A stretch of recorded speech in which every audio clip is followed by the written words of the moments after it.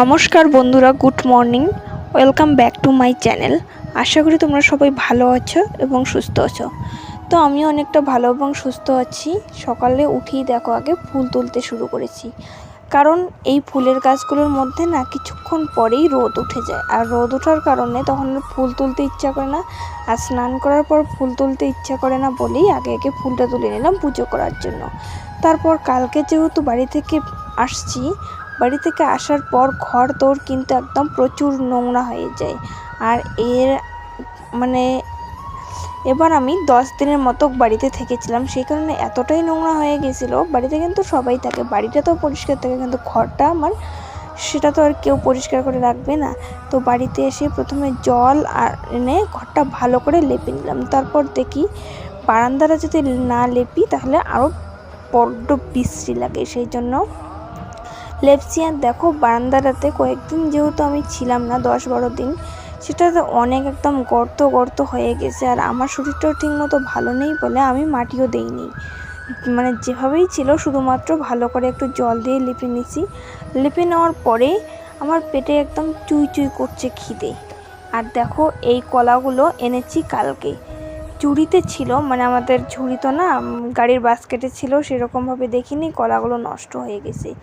সেই জন্য 3টে বিস্কিট, মেরি বিস্কিট, তারপরে ওটাকে যেন কি বলে, খেজুর, কলা, সকালে এগুলো খেয়ে আমার মানে ডেইলি এগুলো খেতেই হয়। এগুলো না খেলে পরে আমার মানে দিনটা শুরু হয় না। খেতে খেতে কোনো দিন করে আবার অধৈর্য লেগে যায়, কারণ এগুলো খাওয়ার পর আমার অনেক ঔষধ খেতে হয়। শরীরে আমার সত্যি কথা বলতে পুষ্টি অনেকটাই কম, রক্ত শর্ট, সব কিছুই শর্ট। খাওয়া দাওয়ার পর দেখো স্নান করে নিয়েছি। আর আমার চুলগুলো যে কি হয়েছে তোমরা কেউ মানে জানলে বলো তো। আমার চুলে এতটা জট লেগে যায়, দেখো ভিজে অবস্থায় চুল কিন্তু আঁচড়ানো যায় না, তবুও আমি চুল আঁচড়াচ্ছি। তার কারণ যদি ভিজে অবস্থায় চুলগুলো না আঁচড়াই না, তাহলে পরে আর আঁচড়াতে মানে এতটাই কষ্ট হয় যেন শরীর থেকে ঝরঝর করে ঘাম পড়ে। আর এই গরমের দিনে সত্যি কথা বলতে এসব করতে কিন্তু আমার ভালো লাগে না, যে চুলের যত্ন, এটার যত্ন, ওটার যত্ন, যেমন থাকে তেমনই। তো সকালে স্নান করার পর মাথাটাকে আগে পরিষ্কার করে নিলাম। আর পরিষ্কার করে নেওয়ার পর দেখবে চুলগুলো না আমি সকালে যে একটু শুকোবো তার আর রেহাই নেই। চুলগুলো আমি বেঁধে একদম তুলে রাখি, যাতে আর কোনো রকম কষ্ট না হয়, চুলের ঝামেলা আমার একদম সহ্য না হয়। এইদিকে কিন্তু আমি সিঁদুর পরে রেডি হয়েছি ঠাকুর পুজবো বলে। এদিকে দেখি আমার শাশুড়ি মা ঠাকুর পুজো নিয়েছে, কারণ আজকে অনেকটাই লেট হয়ে গেছিলো আমার কাজ করতে করতে। আর ঠাকুর পুজো করার পর এদিকে রান্নাও করেছে ভাত, তারপর আলু সিদ্ধ, কালো কচুর ডাঁটাটা যে আছে ওটার সবজিটা কিন্তু খুব দারুণ হয়েছিল। আর আমি কিন্তু ভাত মানে গরম ভাতে ঘি খেতে প্রচণ্ড ভালোবাসি, তো 1 চামচ ঘি দিয়ে পুরো মানে সকালে খাবারটা খেয়ে নিলাম। আর এই জগটায় বারবার আমি মুখ লেগে জল খাই, তার কারণ একটাই, আমি মানে প্রচুর পরিমাণে জল খাই, গ্লাসে গ্লাসে জল ঢেলে খেতে আমার ঠিক একটা পছন্দও হয় না। সেই জন্য জগ নিয়ে বসি, একদম মন শান্তি করে জল খেয়ে নেই। যেই মুহূর্তে খাওয়া দাওয়া শেষ, বাইরে একটু বসেছিলাম রেস্ট করতে। আগের দিন একটা বাড়িতে না হরিসভা হয়েছিল, তোমাদের ওইদিকে হয় কি হয় না সেটা জানি না, কিন্তু আমাদের ওইদিকে হয়।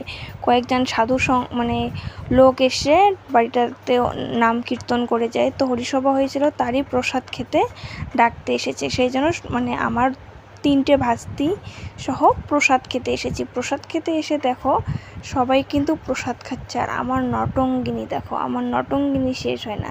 তো এখানে আপেল প্রসাদ, আমাদের খই, মুড়ি আর বিস্কিট এগুলো দিয়েছিল, কারণ যেহেতু আগের দিন ছিল, পরের দিন সব প্রসাদে থাকবে এমন কোনো মানে নেই। তো খাওয়া দাওয়ার পর কিন্তু আমি চলে আসছি। দেখো তোমাদের দাদাভাই যেহেতু অনেকটা লেট করে ঘুম থেকে উঠে, আর আমার ঘরও ঠিকমতো গোছানো হয় না, সেই জন্য আমি 10-11টার সময় ঘর গোছানো ছাড়া ঘর ঠিক করে গোছাইতে পারি না।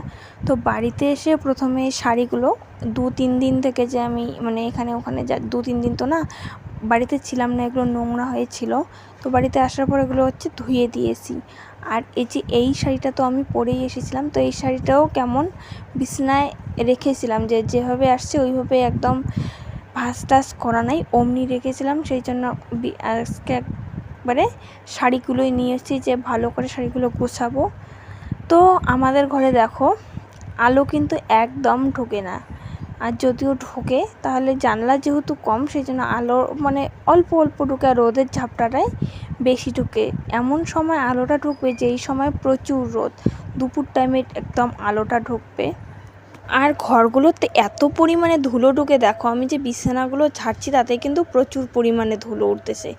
কারণ কি যে ব্যাপার, প্রত্যেক দিনই কিন্তু আমি মোটামুটি ঘর পরিষ্কার করি, তবুও এত পরিমাণে নোংরা হয় মানুষ মনে করবে আমি যেন ঘর পরিষ্কারই করি না। আর দেখো এগুলো কিন্তু শাড়ির প্যাকেট ট্যাকেট, আমি যাওয়ার সময় মানে এগুলো কাজ না অনেকটা বেড়ে দিয়ে যাই, মানে যাওয়ার সময় যেভাবেই পাই চলে যাই, তারপরে বাড়ি এসে পরিষ্কার করি। তো এগুলো হচ্ছে ফেলে দিলাম। আর দুপুরবেলা ভাত টাত খেয়ে নিয়েছি। দুপুরবেলা ভাত যখন খেয়েছি তখন আর ভিডিও করতে পারিনি, কারণ তখন প্রচুর গরম ছিল, এতটাই গরম। তারপর দেখো হঠাৎ বিকেলবেলা ধুধু করে বাতাস উঠছে আর সাথে ধুলো, মনে হয় বৃষ্টি হবে।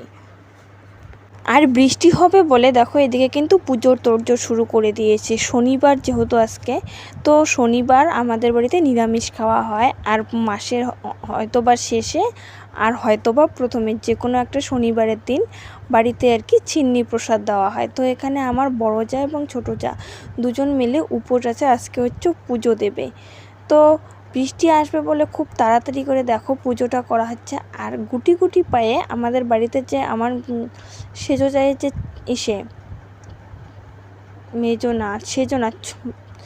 মেজো জায়ের অনেক কয়েকটা না হাঁস আছে। তো হাঁসগুলো দেখো চলে গেল, কারণ বৃষ্টি আসবে, ওরাও ভয় পাচ্ছে। আকাশ প্রচুর পরিমাণে মেঘ করছে, এদিকে পুজো করছে। আর পুজো করতে করতে হঠাৎ করে বৃষ্টি চলে আসলো, সেই জন্য আমি আর ভিডিও করতে পারিনি। কেমন লাগলো তা তোমরা কমেন্টে জানাও।